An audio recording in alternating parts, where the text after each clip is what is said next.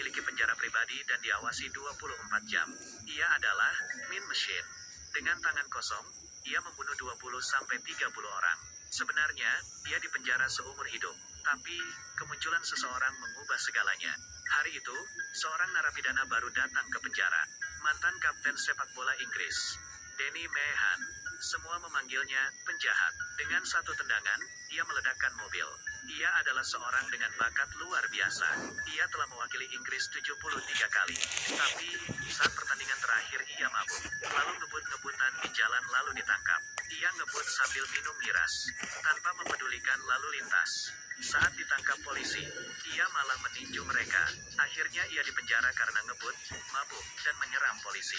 Sesampainya di penjara, tahanan lain menatapnya dengan tatapan kebencian. Semuanya tak tahan ingin menghajarnya. Tapi, ada yang lebih membencinya yaitu bos gangster. Gara-gara Danny, bos gangster kalah judi dan bangkrut. Ia bersumpah untuk membuat Danny susah. Belum sempat kembali, Danny dipanggil oleh kepala penjara. Kepala penjara merupakan fans berat sepak bola. Ia ingin Danny membentuk tim sepak bola dan berpartisipasi dalam Liga Nasional. Ia ingin Danny menjadi pelatihnya. Rupanya, kepala penjara ingin memperalat Danny sebagai mesin uang. Namun, kepala sipir lebih dulu memperingatkannya.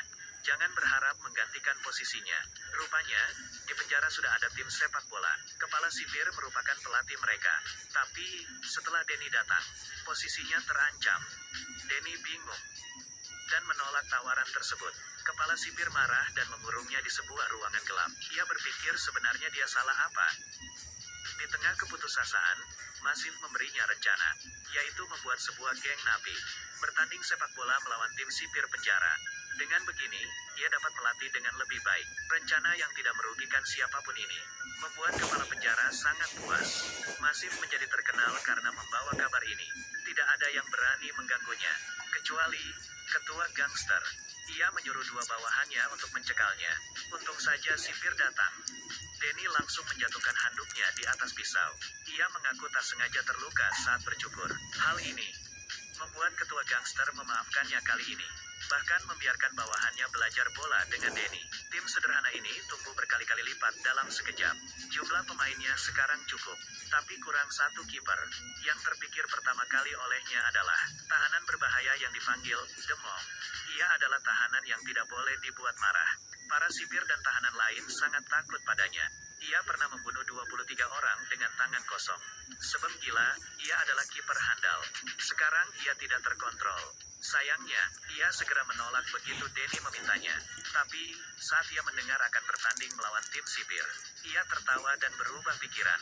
Ia berpikir, kesempatannya untuk menang telah datang. Dengan kiper seperti Monk, tim sepak bola napi menjadi lebih kuat. Saat pertama kali latihan, terlihat bahwa anggota tim adalah pemula. Sama sekali tidak paham teknik. Permainannya sangat kacau. Ada yang terus menggiring bola tanpa mengopernya. Semua orang membencinya. Ada juga yang tertabrak dan terluka. Danny mencoba melatihnya dengan peraturan yang benar, tapi percuma. Ia ingin mengajari mereka teknik uniknya. Teknik pertama, tak sengaja menginjak kaki lawan. Teknik kedua, tak sengaja memukul lawan dan tidak boleh ketahuan wasit. Teknik ketiga, tendang burung lawan. Teknik keempat, pura-pura membantu lawan. Saat memapa lawan, cubit ketiaknya dan putar. Colok matanya, cubit bibirnya, cubit hidungnya, pegang lehernya. Anggota tim mencoba mengingatnya. Total 23 teknik. Teknik ini tidak akan menyebabkan kematian. Mereka lanjut latihan lagi. Karena waktunya tidak banyak, tim sipir berlatih dengan serius. Setiap anggota sangat lihati. Saat ini, ketua gangster menemui kepala penjara. Untuk membebaskan diri dari kontrol kepala penjara, ketua gangster menyiapkan jebakan dan membuat kepala penjara bertaruh pada tim sipir.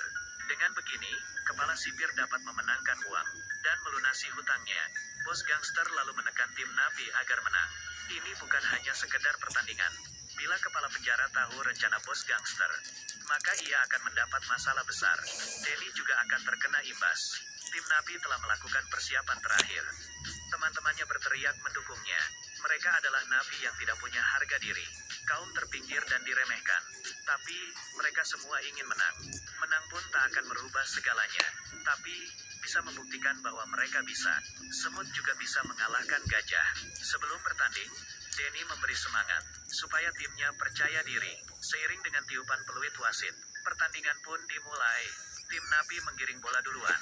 Mereka menerapkan teknik dan mulai maju. Tapi, tim sipir juga tak main-main. Mereka bertabrakan. Tim Napi mulai mempraktikkan teknik rahasia. Menabrak, menginjak. Yang paling parah adalah saat tim Napi melakukan penalti.